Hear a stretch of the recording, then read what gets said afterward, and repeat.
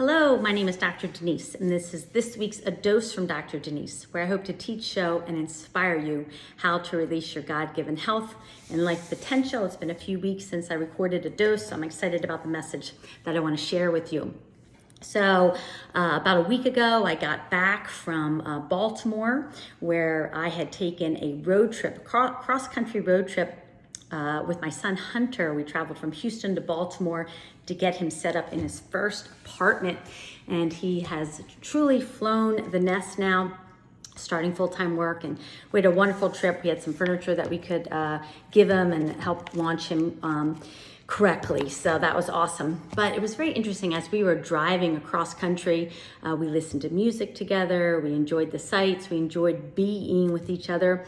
But there weren't a lot of words necessary. There were times where I wanted to say, Hunter, remember this life lesson, or Hunter, make sure you don't do that, or Hunter, make sure you do this. But invariably, those words did not come out of my mouth.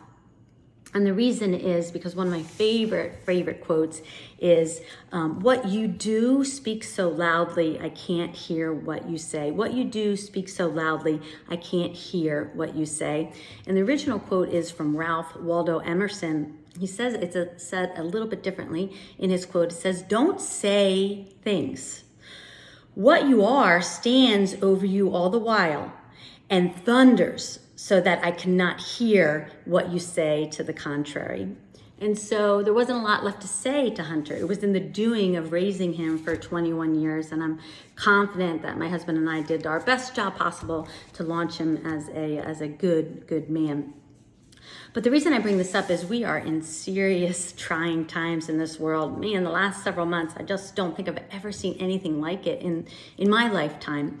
And it's great because problems are good and problems require solutions, and we all need to be part of the solution.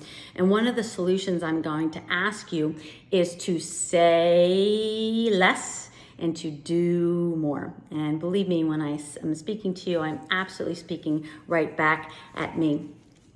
You know, invariably in all faith, there is a version of the golden rule. And the golden rule is to do unto others as you would have done to you. In the Message Bible, that translation in Matthew 7:12 says this: here's a simple rule of thumb guide for behavior. Ask yourself what you want people to do for you. Then grab the initiative and go do it for them. And I would add to this is that go do it for them that perhaps you don't even know that person. It's, one thing to do it for our family and friends, and of course we're going to do that, but it's another step to go out in the community and do for others that have no ability to do back for you. And so one of the things I'm really excited about is we finally get to go back to church.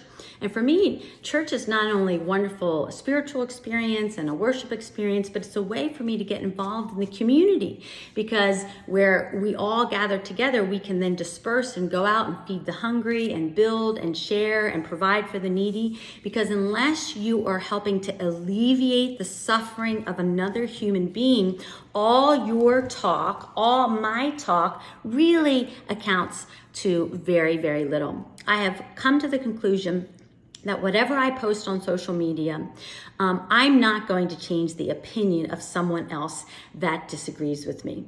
And so really, we're just kind of flapping our gums to get people to like what we have to say if they agree with us. Outside of that, we get involved in a debate on social media, and man, do we spend a lot of time on it. And so my question to you is, what if we could bottle up all the time? Did I say all the time that we spend on social media and on watching our news channels, which accounts to a lot of time with not a lot of output? And we could take that time and actually invest it in our communities, helping to alleviate the suffering of another human being. And that's what we're called to do. And that's my challenge to you, is to spend less time on social media, less time on the news, or no time, and take all all that time and invest it in another human being so that we can practice the golden rule. And trust me when I say that I'm saying it to you and I'm saying it right back to me, because that is how we can be the change that we wish to see in this world. That's how we can change this world.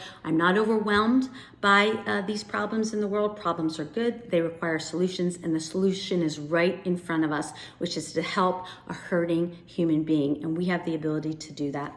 So I challenge you, go out and do that.